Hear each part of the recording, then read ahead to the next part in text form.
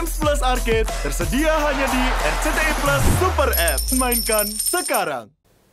Saya nggak tahu sih kenapa harus saya. Pada saat itu saya sempat, alhamdulillahnya Tuhan masih ngasih jalan saya di sini kok. Saya sempat sholat istikharah, saya tanya baik-baik ke Allah, ya Allah ini saya harus gimana, saya harus mulai berbisnis yang lain atau seperti apa. Cuman ketika saya coba di Surabaya, di Tuban, mungkin saya ngerasa nggak betah atau apa. Saya coba ke Bandung atau Jakarta dan nggak harus dari link PH-PH yang dia blacklist semua, ternyata ada aja kerjaan. Ternyata masih dikasih Tuhan, oh jawaban sholat istikharah itu ya mungkin saya masih diizinkan untuk di dunia entertain ini gitu. Kalau enggak ya mungkin saya mending saya jaga kasir di toko orang tua saya aja. Saya sempat mikir seperti itu, saya nggak mau balik ke entertain lagi.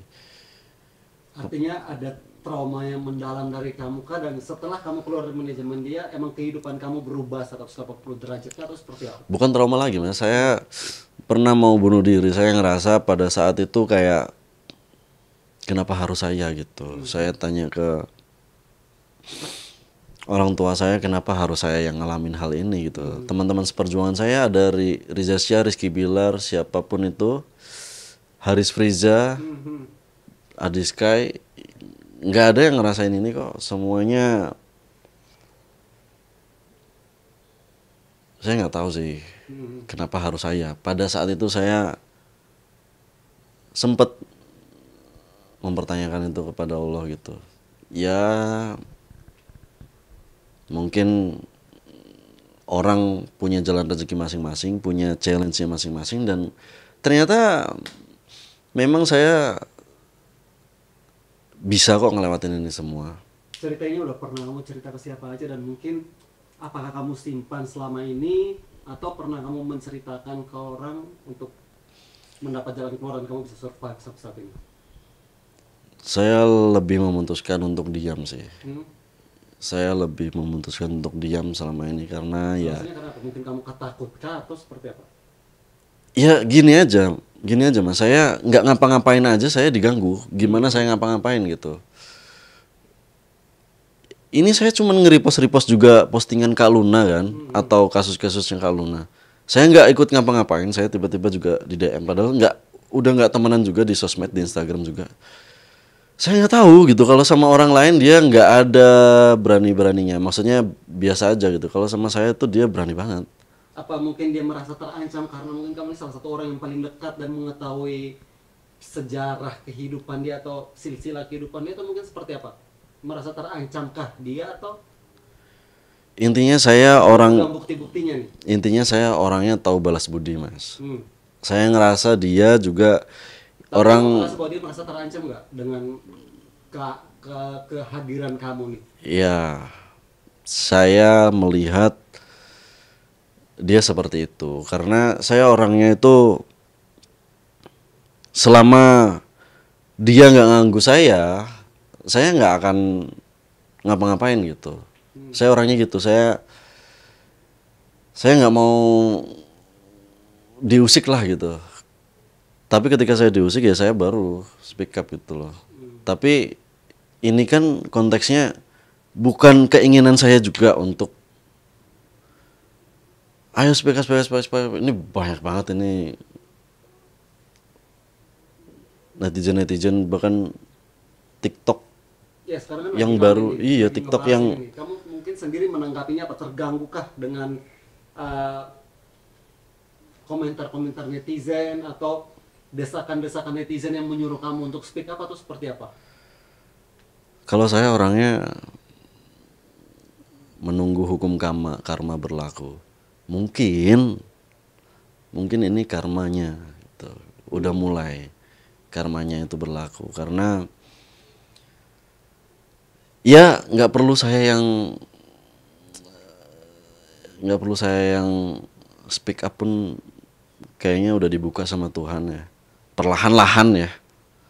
Dan kalaupun Tuhan mengizinkan saya untuk membantu membuka ini semua ya dorongan dari teman-teman. Saya bakal ikut speak up kok. Artinya kejadian ini nih yang menjadi highlight kamu di tahun 2024 ini ya. Apa yang akhirnya menjadi pembelajaran buat kamu untuk ke depannya? Seperti apa? Ya sepandai-pandainya orang menyembunyikan sesuatu tuh pasti bakal ada ketahuan juga kok bangkainya. Ya mungkin orang ngelihat entertain itu yang bahaya itu cewek. Tapi buat teman-teman entertain di luar sana, yang paling bahaya itu cowok sebenarnya. Di Jakarta itu entertain apalagi. Sebenarnya saya nggak mau melabelin cukup ke orang ini aja ya. Apakah memang banyak korban? Sebenarnya oknum-oknum seperti dia banyak di dunia entertain ini. Jadi anak-anak baru-baru yang masih kinyis-kinyis, yang masih baru-baru masuk, imut-imut, itu udah pasti santapan yang enak buat mereka. Dan saya dulu di manajemen itu 5-6 tahun ya. Ini garis bawahi, saya 5-6 tahun dan selalu masih dikejar-kejar ketika saya keluar. 8-10 kali saya kabur dan pernah saya waktu itu saya udah di manajerin Kak Ola, itu pecahan dari Trans, manajernya Trans. Dan itu saya satu manajemen sama Bowo dan saya lagi jalan sama Bowo sama Kak Ola di Kokas. Tiba-tiba saya nggak sengaja ketemu sama orang tersebut. Tahu nggak saya diapain? Diteriakin, Mas.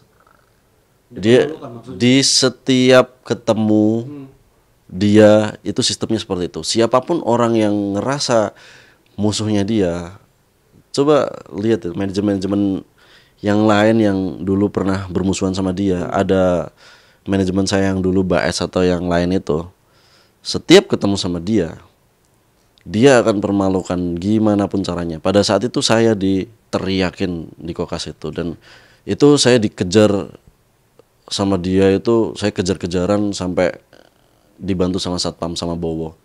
Bowo saksi kuncinya. Intinya dari cerita kamu ini kan kamu menjadi korban. Terus kan dari kemarin kan si LL ini kan sepertinya memposting untuk mungkin minta bertemu. Apakah mungkin dari apa yang kamu ceritakan ini kamu menjadi korban dan pengen kamu selesaikan untuk pertemuan, udah dijadwalkan pertemuan dengan LL untuk membicarakan lebih lanjut kasusnya? Sudah. Seperti apa? Sudah sih. Dari kemarin saya pada saat di Bali saya udah dikonfirmasi, udah diteleponin juga sama Kaluna, mau diadakan pertemuan juga sama Kaluna, sama beberapa rekan-rekan teman-teman, ada KGB, ada Om Ded, ada dan yang lain-lain ya saya nggak tahu. Intinya Kaluna bilang kalau Dek jangan takut, Dek kalau ada apa bilang gini-gini.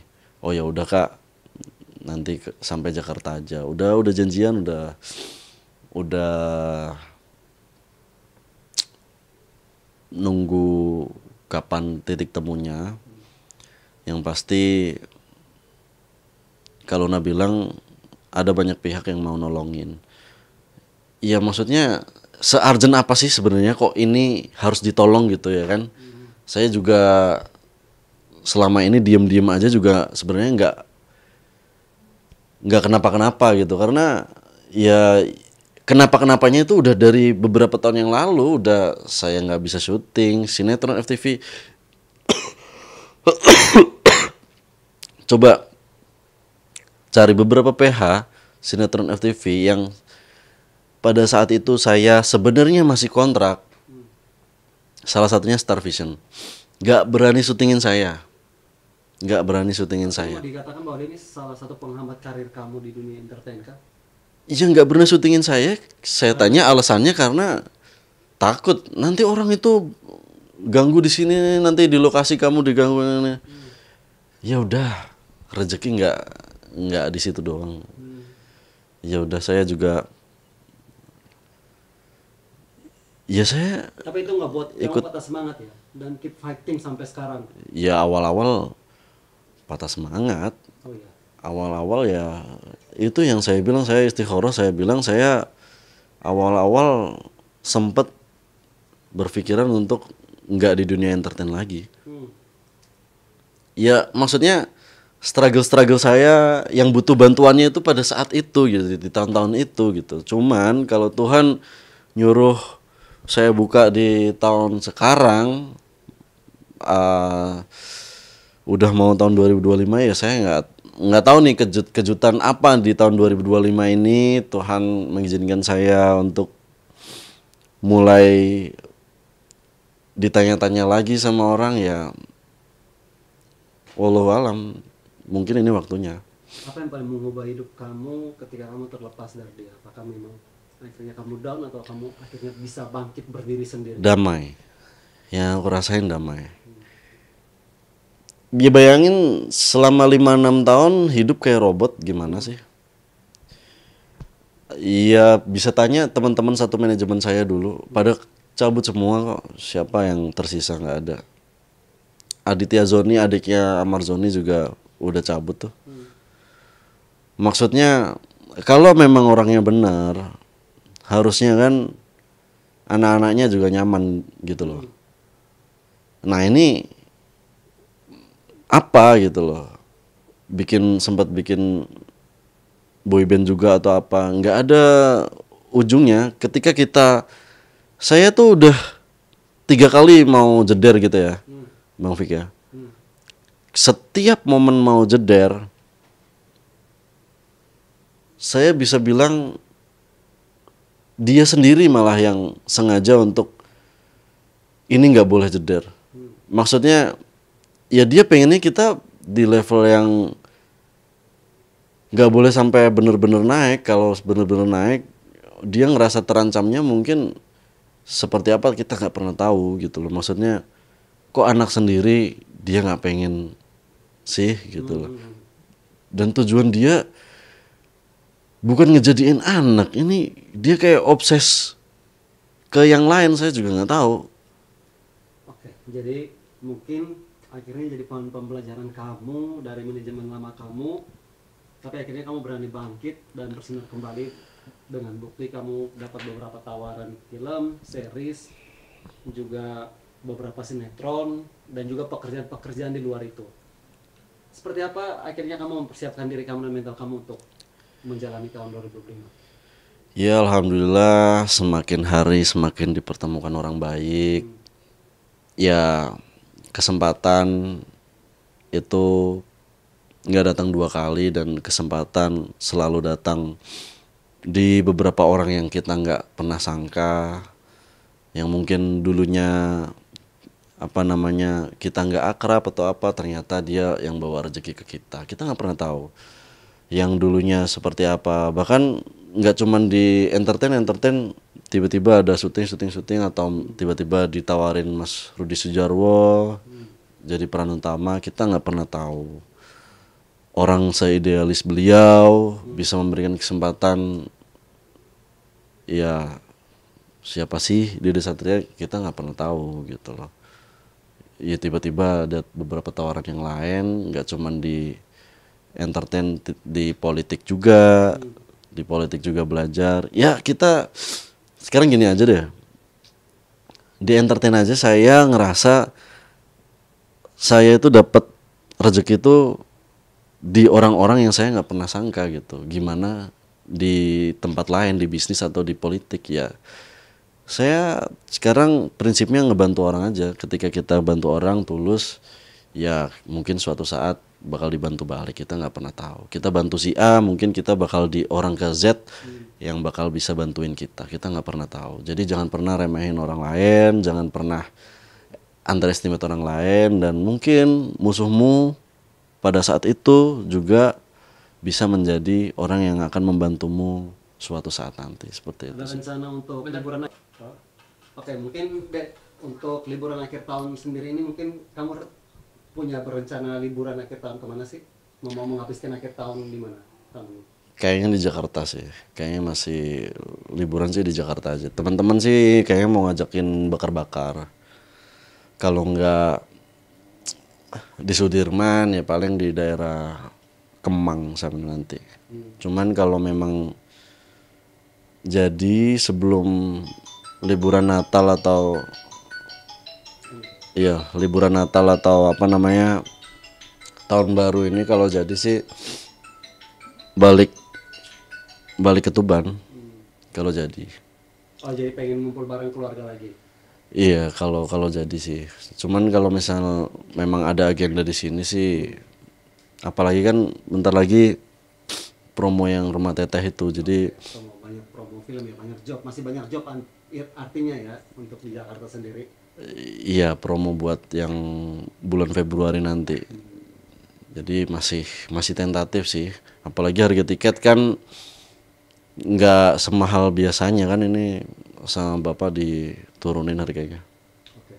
Dari pemaknaan kamu di 2024 ini, perjalanan karir kamu, dan bagaimana kamu akan memulai tahun 2025, mungkin harapan kamu nih, goals kamu atau resolusi kamu di tahun depan mungkin seperti apa? Ya harapan aku sih nggak muluk-muluk ya. Alhamdulillah mungkin beberapa syutingan lancar atau beberapa project-project lancar atau mungkin karir di politik juga udah mulai terbuka lebar. Jadi ya kita ambil sisi-sisi positifnya aja sih dari 3 bidang tersebut, karena kita nggak bisa ngambil semuanya ya. Kita memang harus fokus salah satu, yang pasti tetap fokus di entertain. Cuman memang kalau butuh manpower di beberapa bidang tersebut, Dede bakal tetap fight di bidang itu juga gitu. Oke,